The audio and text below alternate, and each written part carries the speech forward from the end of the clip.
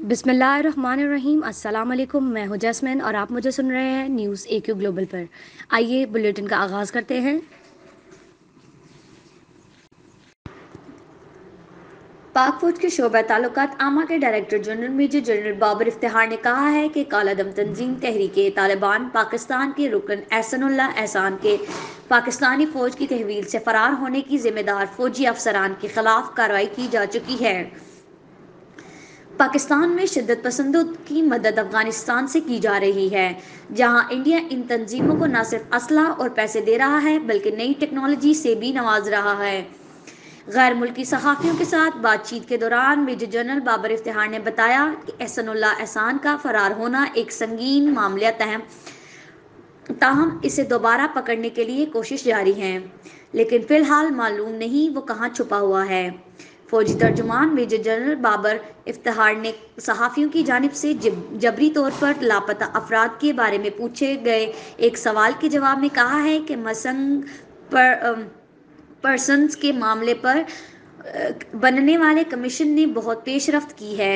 उन्होंने कहा है कि इस कमीशन के पास 6000 से ज़ायद अफराद के गुमशुदा होने के मुकदमात थे, जिनमें से 4000 हल किए जा चुके हैं। इनका वाज़ेह तौर पर कहना था कि मिसिंग पर्सन्स का मामला बहुत जल्द हल हो जाएगा। DGISPR major general Babar Iftikhar ने अपनी गुफ्तगू में इंकशाफ किया कि गुज़िश्ता माह बलोचिस्तान के इलाका कैच में हज़ारा बरादरी से ताल्लुक़ रखने वाले 11 कारकुन के कत्ल से ताल्लुक़ की बिना पर चंद अफराद को हिरासत में लिया गया है। उन्होंने कहा है कि ये बहुत अहम गिरफ्तारियां हैं, लेकिन इनकी मज़ीद तफसील देने से माजरत की। लाहौर हाई कोर्ट ने मनी लॉन्ड्रिंग केस में हमजा शहबाज की जमानत मंजूर कर ली है। तफसीलात के मुताबिक लाहौर हाई कोर्ट के जस्टिस सरफराज डोगर की सरबराही में 2 रुकनी बेंच ने हमजा शहबाज की दरख्वास्त जमानत मंजूर करते हुए 1-1 करोड़ रुपए के 2 मुचलके जमा कराने का हुक्म जारी कर दिया है। हमजा शहबाज की तरफ से आज़म तारड़ और अमजद परवेज एडवोकेट पेश हुए।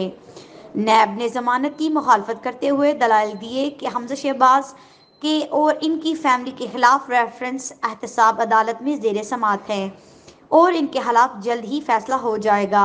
याद रहे कि हमजा शहबाज 1 साल और 8 माह से जेल में हैं, ताहम अब इन्हें रिहाई मिल गई है।